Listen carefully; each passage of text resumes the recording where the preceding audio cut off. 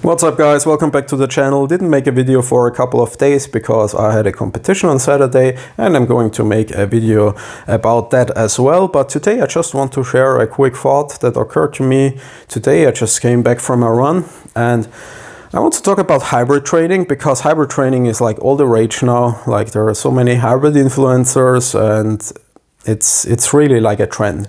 And of course nobody likes trends. The runners shit on it, the lifters shit on it. People say it's just fitness, like it's always been, it's nothing new. So let's talk about it.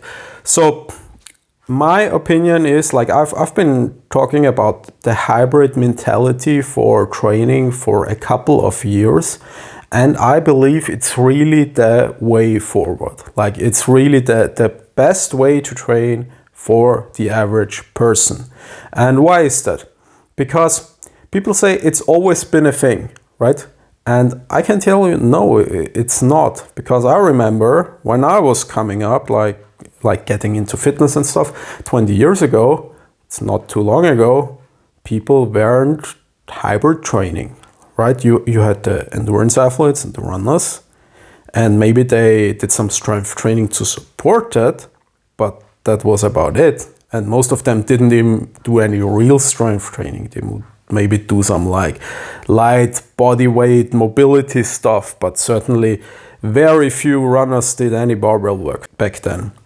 And on the other hand, the lifters, like a lot of them didn't do cardio at all, because there was this phrase going around, for cardio, I lift weights faster. So cardio was wildly unpopular.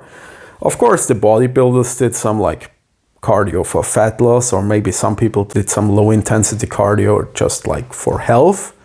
But nobody had the hybrid mentality of like pushing both, like pushing strength and endurance, like seriously training both.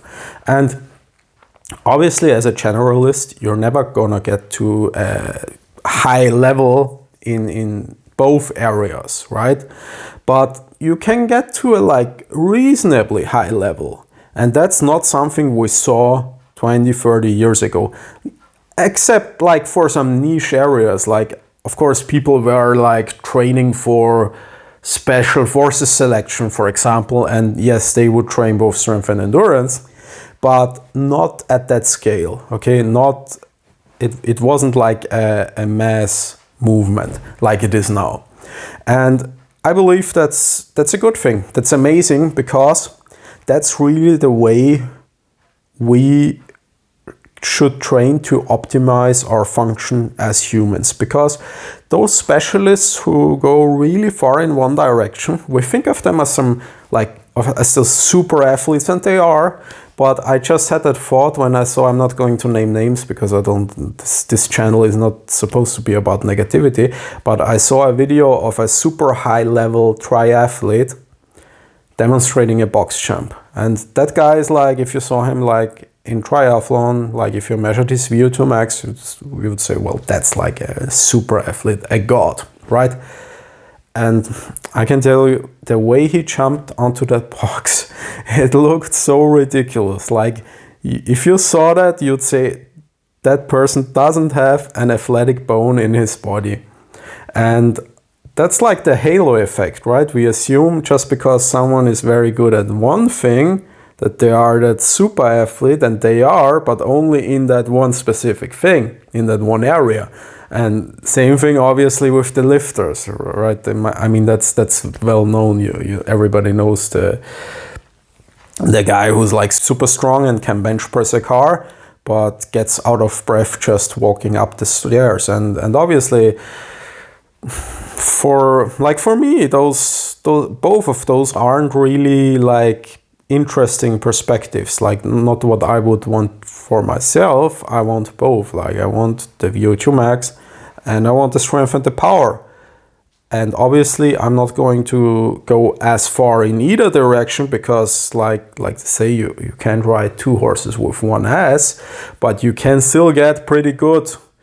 Like for example, like the standard I have suggested is the sub 20-minute 5K and the 200 kilogram deadlift. And that's something I believe is really achievable. Obviously you would modify it like for older people, but like for the average male, I think it's very achievable.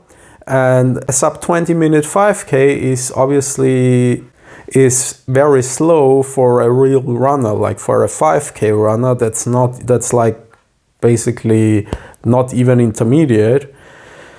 But if you look at actual race results of all the people like if you take all the people in the world, like, I don't know, maybe 1 in 100 can run a sub 20-minute 5K, probably less.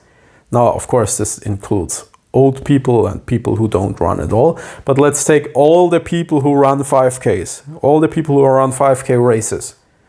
For sure, that's top 10%. Like for sure, that's in the top 10%. So like, it's actually pretty good. Like if you're 1 in 10, that's like a pretty good level. And same for the 200 kilogram deadlift. I mean, of course, like the world record is now over 500 kilograms. Thor just, I think he failed 515 kilograms, got it up to his knees, and then it looked like he's capable of doing it on a better day. So obviously 200 kilogram compared to that isn't too much, but if you compare it like to not even the average person, to the average lifter, it's not that bad. Like go to a normal gym, like not a powerlifting gym, but a gym where people train. Like how often do you see actually a 200 kilogram deadlift? Like usually not too often, depending on your body weight especially. So combining those two standards, you're going to be a very like capable person in real life. And that's really, obviously for longevity, there's other stuff you need to do, in my opinion, like you need to do some speed work, because those fast twitch motor units, obviously you get some carryover from the strength training, but still you need to do some speed work, and you also probably want to do some like coordination training, right? So like stability, coordination, because those are also things that really like degrade as you age. But in terms of like your pure raw physical base and horsepower, the like max strength, like let's say the conventional deadlift, and just your VO2 max, like obviously doesn't necessarily have to be like a 5K or running, it could be a row, like, but having a high VO2 max, I mean, those are going to like give you some fantastic building blocks to where you can take that raw ability and apply it anywhere else. Like I choose to do kettlebell sport. I like it because it's a hybrid sport by definition. It doesn't allow you to go too far into either direction, because like if you take Eliud Kipchoge and give him 232 kilogram kettlebells, like he's not going to lift them even one time, even though he has like the heart and the mitochondria of a racehorse. And on the other hand, if you like even if you take someone who like maybe Eddie Hall, who's like so strong that the 232s is not even feeling them, I highly doubt he would make it to 10 minutes with them. It's because he just doesn't have the aerobic conditioning, because yeah, he could lift them a lot of times in 1 or 2 minutes, but after 2 minutes the aerobic energy system becomes the primary limiting factors, and that's where it's going to fall apart like a cheap suit. So that's really why I like kettlebell sport. That's why I think like this middle ground of people like racehorses, like power endurance, bam, bam, bam, lift explosively, but over and over again. But it's not needed. You don't have to do kettlebell sport, right? You can build those building blocks with conventional methods. But the methods are conventional, like the endurance training methodology, the strength training methodology, like it's nothing new. But the idea of doing both, that's really the revolutionary part, right? The hybrid training. So if you're interested in my philosophy, like the methodology and the physiology and how I structure, like how I program training cycles, check out my hybrid starter pack ebook. It's going to like really give you like the knowledge you need to like go forward with this type of training. And subscribe to the channel, and I'm going to see you guys next time.